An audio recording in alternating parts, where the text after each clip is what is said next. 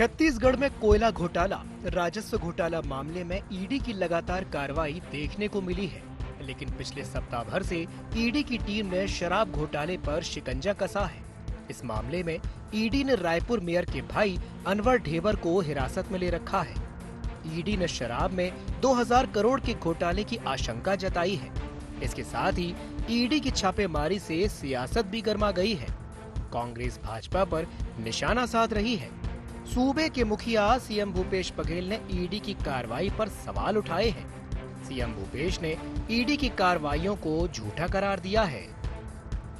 अभी भारतीय जनता पार्टी जैसे जैसे चुनाव नज़दीक आ रही है वैसे वैसे हताशा उनकी बढ़ती जा रही है और ईडी के माध्यम से राज्य सरकार को बदनाम करने की साजिश की जा रही है।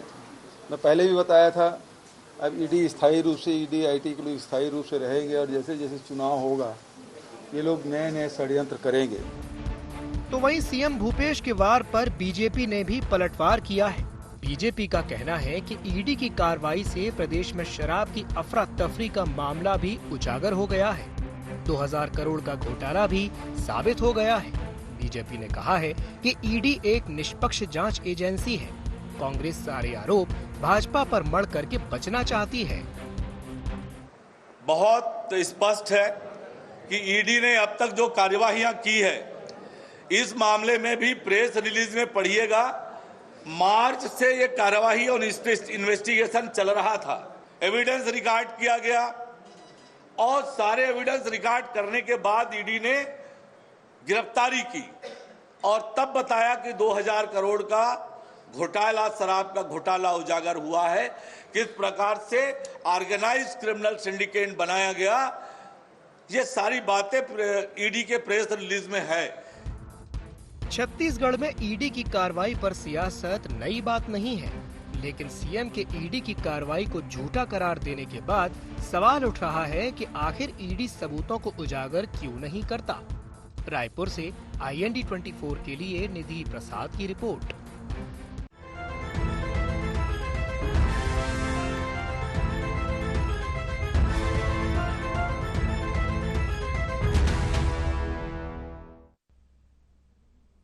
ईडी पर आर पार।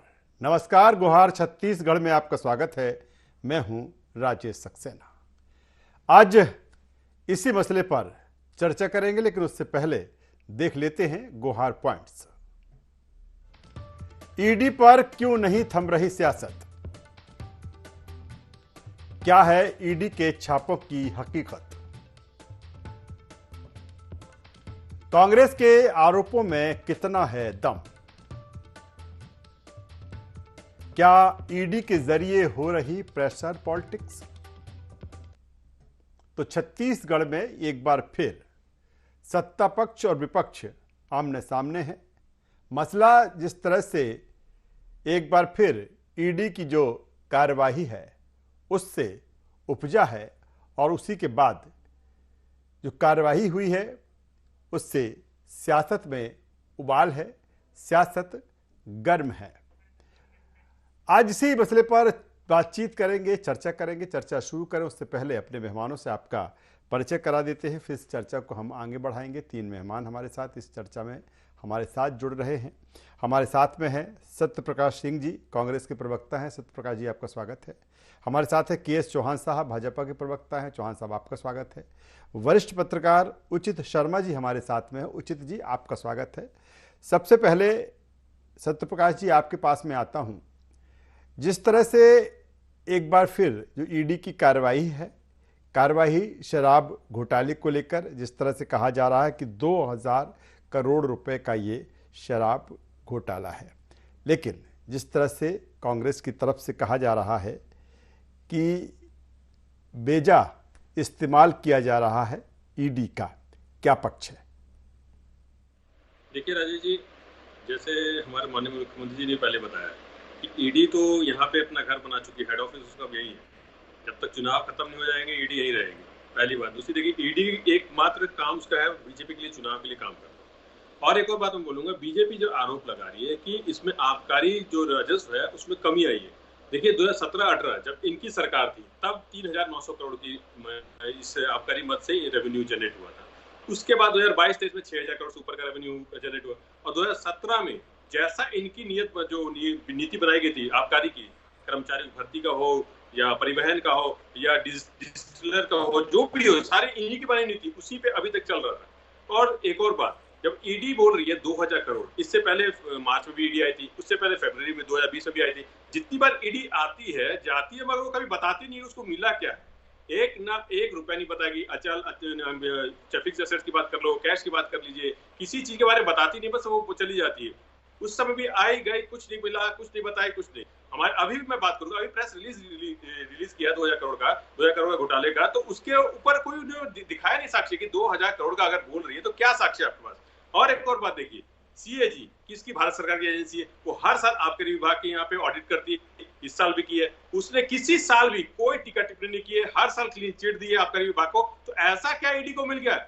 सीएजी जो भारत सरकार की एजेंसी है, ईडी भी भारत सरकार की एजेंसी है, या तो ये दोनों एजेंसी में कोई झूठ बोल रहा है, दोनों में से एजेंसी कोई किसी की जांच है तो गलत है, या तो ये दोनों एजेंसी की जांच कराए पहले। तो सीएजी हमको क्लीन चिट देती है, भारत सरकार की एजेंसी है, और ईडी बोलती है 2,000 करोड़ घोटाला हुआ है। तो ये तो साफ दिखा रहा ना कि ये सिर्फ और सिर्फ जो ईडी है हर बार आती है, कुछ नहीं मिलता, उसको अपनी इज्जत बचाने के लिए एक ऐसा मनगढ़ंत बनाया गया है कि 2,000 करोड़ घोटाला हुआ है। अगर भाई घोटाला हुआ है तो आपको साक्ष्य देना पड़ेगा ना, किस बेस पे आप बोल रहे हैं? और ईडी हमारे यहाँ क्यों आती है? जहां पे देखिए एमपी, राजेश जी आपको मालूम होगा, आप तो एमपी में रहे, देखिए वहां के विधायक खुद बोलते हैं कि मैं शराब का माफिया हूं, मैं शराब खुद बेच रहा हूं। वहां पे पुलिस की कार्रवाई तक नहीं होती। ईडी आईटी तो दूर की बात है, राज्य पुलिस भी कार्रवाई नहीं करती है। तो भाई आपकी जहां सरकार है वहां खुलेआम आपके विधायक बोल रहे हैं कि मैं शराब बेच रहा हूं, वहां कार्रवाई नहीं होगी, पुलिस कार्रवाई भी नहीं होगी, और यहाँ पे झूठ मूठ ईडी भेज दो। चलिए, ईडी आईटी के.एस. चौहान साहब, दिख रहा है षड्यंत्र है। के.एस. चौहान साहब सुन रहे हैं, कहा जा रहा है कि चुनाव नजदीक है इसलिए ये प्रेशर बनाया जा रहा है।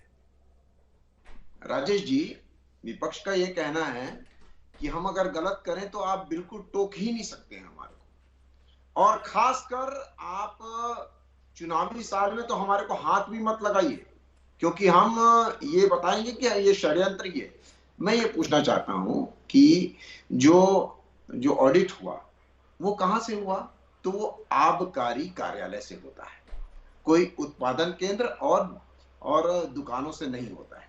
दूसरी बात, यहां पर मामला क्या है राजेश जी, कि पहले जहां पर उत्पादन होता है उसके पहले जानकारी, उसके बाद जानकारी आबकारी कार्यालय को दी जाती है। आबकारी कार्यालय हरी झंडी दिखाता है, उनको रिपोर्ट देता है, उसके बाद आप डिस्ट्रीब्यूट कर सकते हैं दुकान को। ठीक है, यहां पर आबकारी कार्यालयों को बताया ही नहीं जा रहा है, और उसके बाद डायरेक्ट उत्पादन से सीधा जा रही है, वहां पर दुकानों में जा रही है, डिस्ट्रीब्यूशन में जा रही है। वहां पर ना क्वालिटी कंट्रोल है और ना ही क्वांटिटी कंट्रोल है। आप कच्ची शराब बना रहे हैं या अपने हिसाब से बना रहे हैं, ये तो बहुत दूर की बात है, ये आपको पता ही नहीं है। ये सब खुलासा ईडी ने आज किया है। ईडी जब बोलती है तो आपको प्रॉब्लम है, ईडी जब नहीं बोलती है तो आपको प्रॉब्लम है। आप वो बोले कि कुछ ऐसे ही करके चले गई है, कुछ हाथ तो आया नहीं है, अभी कुछ हाथ जब अब उसकी प्रक्रिया पूरी हो जाती है उसके बाद बोलती है, तो बोलती है अभी ये पहले क्यों नहीं बोला था। तो ये सब चीजें मनगढ़ंत कहानियां ये आप लोग कर रहे हैं, ये ईडी नहीं कर रही है, और ईडी की कार्रवाई कार्यपालिका की कार्रवाई है। ये सभी चीजें फैक्ट वहां पर न्यायालय में पेश किए जाएंगे। न्यायालय में जब पेश किया जाता है, और सौम्या चौरसिया जो इसके पहले ईडी की कार्रवाई हुई थी सौम्या चौरसिया के मामले, तो 5,000 की पेज की चार्जशीट वहां पर जाके दाखिल की गई थी। उसके बाद उनकी जमानत रद्द कर दी गई थी। आज भी जो रिमांड में दिया गया है अनवर जी को, वो कुछ फैक्ट पेश किया है ईडी ने, उसके बाद ही उनको दिया गया है। अगर उचित जी, मेरी राजेश जी सुनिए ना, सबसे मेन पॉइंट, अगर अनवर ढेबर अगर सच्चे होते, उनको कोई वो दिल में चोट नहीं होता, तो वो फरार क्यों होते? और अनवर ढेबर सिर्फ एक प्यादा माध्य है। ये पूरा सिंडिकेट एक के इशारों पे चल रहा है, जो कि बिना राजनीतिक दखल के, बिना अधिकारियों के दखल के नहीं चल सकता था। इतना बड़ा घोटाला। चलिए चलिए, मैं आता हूँ, दोबारा आ जाता हूँ। के.एस. चौहान साहब दोबारा आऊँगा। वरिष्ठ पत्रकार उचित शर्मा जी हमारे साथ में हैं। उचित जी, जिस तरह से ईडी की जो कार्यवाही है, या फिर जिस तरह से लगातार ये आरोप भी वहाँ पर लगते हैं कि छत्तीसगढ़ को टारगेट किया जा रहा है, हम मेन मुद्दे पर ही आते हैं जिसको लेकर जो सियासत और जो राजनीति है छत्तीसगढ़ में वो गर्म है। 2000 करोड़ रुपए के शराब घोटाले का आरोप लगता है और जो अनवर ढेबर हैं उन पर शिकंजा कसा जाता है।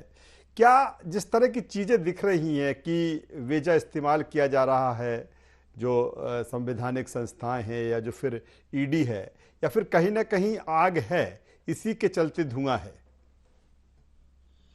देखिए राजेश जी, वेजा इस्तेमाल ये अलग मसला है जी। छत्तीसगढ़ में ईडी जिनको पकड़ रही है वो कोई शंकराचार्य तो है नहीं, वो कोई ऋषि मुनि है नहीं, और जिनके यहाँ वो जा रही है, जिनके यहाँ से करोड़ों रुपए निकल रहे हैं या जिनके यहाँ से डिजिटल साक्ष्य मिल रहे हैं, तो डेफिनेटली उन्होंने इतनी कमाई मनरेगा से मजदूरी करके तो कमाई नहीं है। जाहिर सी बात है कि उन्होंने करप्शन करके ही कमाई। ये वीजा इस्तेमाल एक अलग मसला है।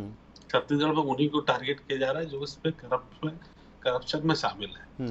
इस दूसरा आपका सवाल राजेश जी 2000 करोड़ का, तो सबसे पहले मैंने ही इसको एक्सपोज किया था FL10 लाइसेंस को लेके 2020 में मार्च जून में करीब, कि FL10 लाइसेंस जो होता है खरीदी और बिक्री का, जो पहले बेवरेज कॉर्पोरेशन का था, तो वो अब जो है उससे काम छीन के प्राइवेट व्यक्तियों को देना, ये भ्रष्टाचार की शुरुआत वहां से होती है। उन 3 प्राइवेट लोगों को देना काम, जिन मार्च में काम देना, जो कंपनी ही जनवरी में बनी है। ये क्या मंशा दर्शाता है कि क्या इनको 20 वर्षों का कोई अनुभव था? नहीं था। ये उसी 2 महीना पहले इनकॉर्पोरेट हुई थी ये तीनों कंपनी, जिनको ये काम मिला, जिसके थ्रू ये आगे के पूरे करप्शन, संभावित करप्शन जो कयास लगाए जा रहे हैं वो हुए हैं। और ये बहुत हद तक सही भी है कि कोयले के बाद आबकारी में बड़े भ्रष्टाचार हुए हैं, क्योंकि अगर चलती फिरती profit making organization beverage corporation सरकारी संस्था से काम छीन के मलाई वाला काम राजेश जी, वो 3 प्राइवेट व्यक्तियों को देना, ये क्या दर्शाता है? आप और जनता समझदार है। मैं सरकारों के विरोध में, पॉलिटिकल विरोध में नहीं जाना चाहता।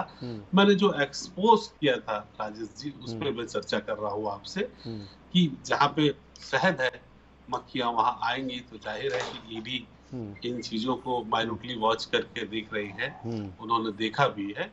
तो निरंतर यहाँ पे जितने भी छापे पड़ रहे हैं वो लाजमी भी है, क्योंकि इस तरीके के करप्शन हुए हैं, इस बात से इनकार नहीं किया जा सकता। चलिए सत्यप्रकाश जी, क्योंकि जिस तरह से जो चीज़ें हैं, और मैं तो उसी पर मसले पर हूँ कि जिनका नाम इसमें आ रहा है, सीधा सा सवाल यही सी बात को लेकर कि अगर इस तरह की चीज़ें हो रही हैं, मैं तो कह रहा हूँ कि कहीं ना कहीं राजस्व की अगर हम बात करें तो छत्तीसगढ़ को भी नुकसान है, सरकार को भी इसको लेकर नुकसान है। अगर ये कार्रवाई है तो क्यों ये लग रहा है कि कार्रवाई गलत हो रही है? देखिए राजेश, जैसे मैंने बोला, राजस्व में तो बढ़ोतरी होती जा रही है। अगर घोटाला होता तो कमी होनी चाहिए, बढ़ोतरी होती जा रही है। और एक बात मैं राजेश जी इस टॉपिक से इतर बोलना चाहूंगा, जो के चौहान जी बहुत अंगूठा दिखाते हैं, मैं थोड़ा इनको याद दिला देता हूँ। ये हमारे अडानी जैसा काम नहीं चल रहा है, जिनको एयरपोर्ट का टेंडर मिलता है बिना कुछ, उनको उसमें टेंडर जो नियम होते हैं उसको बदल के एयरपोर्ट का नियम दिया जाता है। अनिल अंबानी को टेंडर मिल जाता है एयरक्राफ्ट बनाने का, उनको जबकि एक्सपीरियंस जनवरी में कंपनी बनती है, मार्च उनको टेंडर मिल जाता है। तो ऐसा यहाँ नहीं हो रहा है। चौहान जी थोड़ा वो भी याद कर लीजिए। और दूसरी बात है, जैसे राजेश जी मैंने अभी बोला, इन्होंने देखिए चौहान जी ने बोला, सीएजी के बारे में बोला कि उनके अधिकारी आबकारी विभाग में बैठ कर ऑडिट करते हैं। तो इसका मतलब ये हुआ कि सीएजी के अधिकारी को भी काबिलियत पे शक कर रहे हैं। भाई सीएजी के अधिकारी तो भारत सरकार के अधीन आते हैं, वो आके यहाँ पे ऑडिट करके जा रहे हैं और वो बोल रहे हैं क्लीन चिट दे रहे हैं, कोई टिप्पणी नहीं कर रहे हैं, और उसके बाद ये बोल रहे हैं कि वो आबकारी विभाग में बैठ के कर रहे हैं, दुकानों पे नहीं जा रहे हैं। अरे भाई, तो आप उनकी काबिलियत पे शक कर रहे हैं, इसमें तो मोदी जी को बोलना चाहिए, पहली बात। दूसरी बात देखिए, मैं बार बार बोल रहा हूँ, ईडी वहां आसाम में क्यों नहीं जाती है? जिनके ऊपर ईडी की कार्रवाई चल रही थी, सीएम बना देते, वो ठीक हो जाते।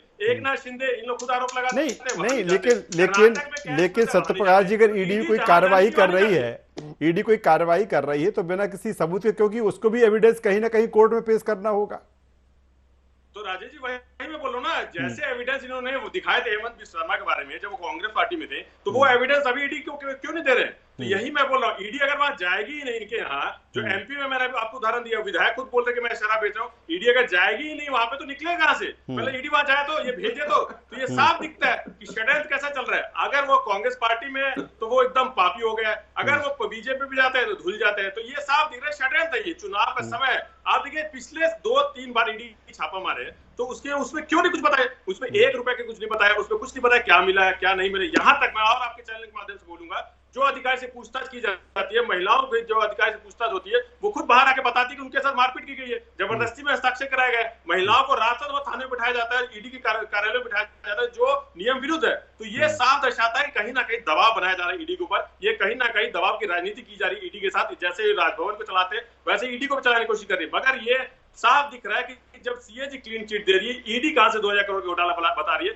तो ये दोनों एजेंसियों के बीच की बात है कि या तो ये एजेंसी गलत बोल रही है, ये एजेंसी गलत बोल रही है। भारत सरकार पहले तय कर ले कौन सी एजेंसी ठीक बोल रही है। चलिए चौहान साहब जवाब दे दीजिए। अपने जो लोग हैं जिनके ऊपर ईडी कार्रवाई चल रही है, राजेश जी चौहान साहब जवाब दे दीजिए। राजेश जी, मैंने तो बात ही वहीं से चालू की थी कि जो एजेंसियां हैं वो किस प्रकार से काम कर रही हैं, और माननीय उचित शर्मा जी ने भी ये सब चीजें डायरेक्ट बता रही हैं, और ये सब पूरे मतलब इनके पूरा बोलने का यही तात्पर्य था कि एक सिंडिकेट जो है वो चल रहा है, जो छत्तीसगढ़ की जनता का पैसा लूटने में पड़ा हुआ है और शर्मसार कर दिया है इन सब चीजों से। आज आप एक बात बता दीजिए कि 70 विधायक हैं इनके, ठीक है, 70 के 70 विधायकों के पास क्या ईडी ने छापा मार दिया?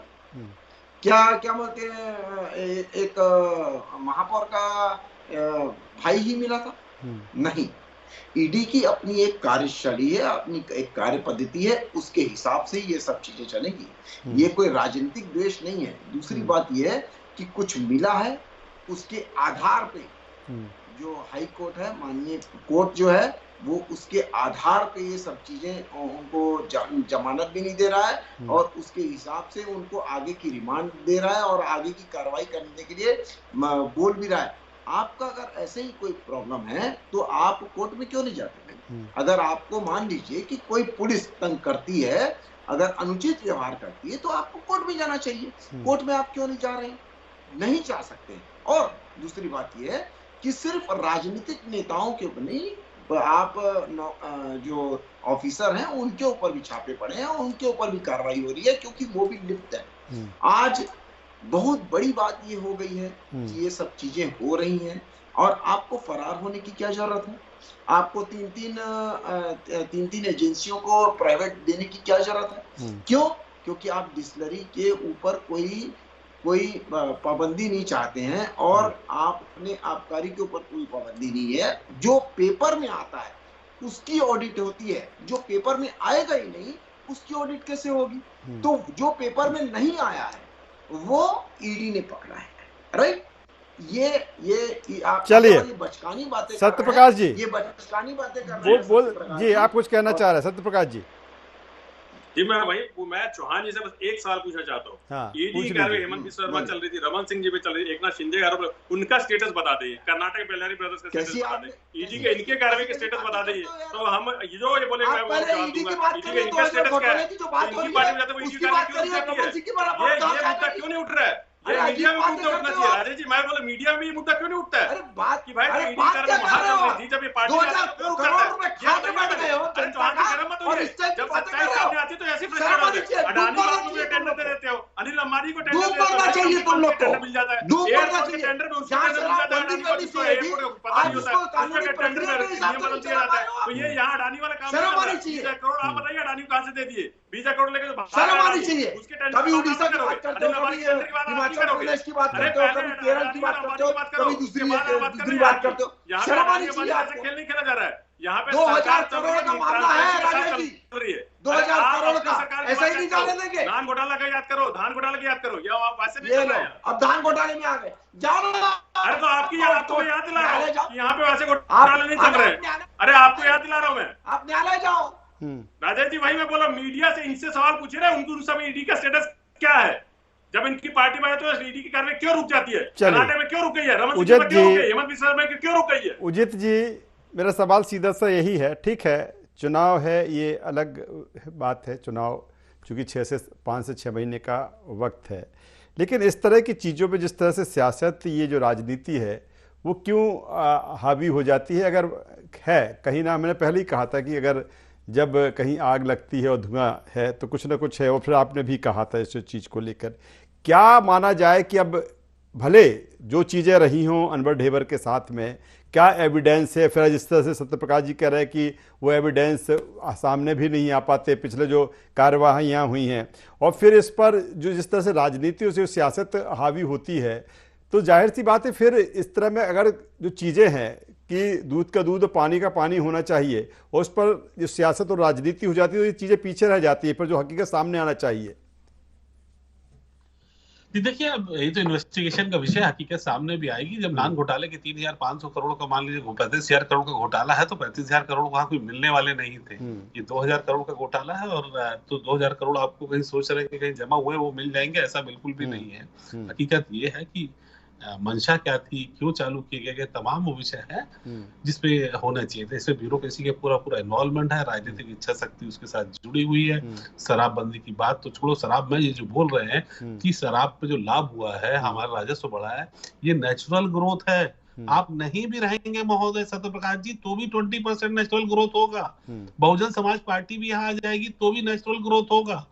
आम आदमी पार्टी भी आएगी तो नेचुरल ग्रोथ है, वो नेचुरल ग्रोथ है, उसको समझिए। चौहान साहब ने ठीक कहा, सीएजी जो है वो दस्तावेज को देखती है, आप करप्शन नहीं देखती। करप्शन तब देखेगी जब वहां कोई नुकसान हो। आपके नगर निगम में 27 करोड़ का यूनिपोल का नुकसान हुआ है, तब सीएजी ने, आपके ऑडिट कंपनी ने उसको बताया कि यहाँ नुकसान हुआ है। तो आप उस चीज को समझिए कि किस तरीके के आप आइडियोलॉजी यूज कर रहे हैं, किस तरीके का आप जो आपकी नीति है उसको देखिए। आप तो झारखंड, हम लोग छत्तीसगढ़ की एक्चुअली एक्सपर्ट पॉलिसी है कि हम इसको ऑफिशियली सेल करते हैं, इस पॉलिसी को सेल करते हैं। राजेश जी, हम झारखंड गए थे इस पॉलिसी को बेचने के लिए, हम वहां फेल हो गए, और यही डीलर, यही पॉलिसी झारखंड में प्रपोज की गई है और 5 स्टेट को प्रपोज किया गया है। हम 2.5% ऑफिशियली चार्ज करते हैं पूरे एंटायर राजस्व का। यही कमिटमेंट हमने झारखंड से किया था। मतलब हमारे लोग, हमारे प्रदेश की, छत्तीसगढ़ के अधिकारी, हमारी बेवरेज कॉर्पोरेशन बोल सकते हैं, ये आबकारी विभाग, तो ये हम किस ओर जा रहे हैं? शराबबंदी से शुरू हुए थे, 2,000 करोड़ में खत्म हो रहे हैं, तो ये कहाँ इन 5 सालों में हम जा रहे हैं? निश्चित तौर पे सत्ता पक्ष को इस ओर सोचना चाहिए। चलिए, हमारे प्रॉमिस क्या था और सोचना होगा, सियासतदारों को भी सोचना होगा कि इस तरह की जो चीजें हैं वो ना हो, और जिस तरह से ईडी की जो कार्यवाही है उस पर जो आर पार है, सवाल तमाम सारे हैं, राजनीति भी है, सियासत भी है, लेकिन जिस तरह से कार्यवाही की गई है, कितनी सच है, कितनी गलत है, किस तरह की है, ये सारे एविडेंस आने वाले समय में छत्तीसगढ़ में देखने को मिलेंगे। तीनों मेहमानों का यहाँ पर मैं धन्यवाद करूँगा, शुक्रिया करूँगा। तो कुल मिलाकर जो सियासत है, जो राजनीति है, दूसरी तरफ ईडी की कार्यवाही है, और उसी को लेकर ये तमाम सारी चीज़ें छत्तीसगढ़ में देखने को मिल रही है। गुहार छत्तीसगढ़ में बस इतना ही। IND 24 पर खबरों का सिलसिला लगातार जारी है, आप बने रहिए हमारे साथ। नमस्कार।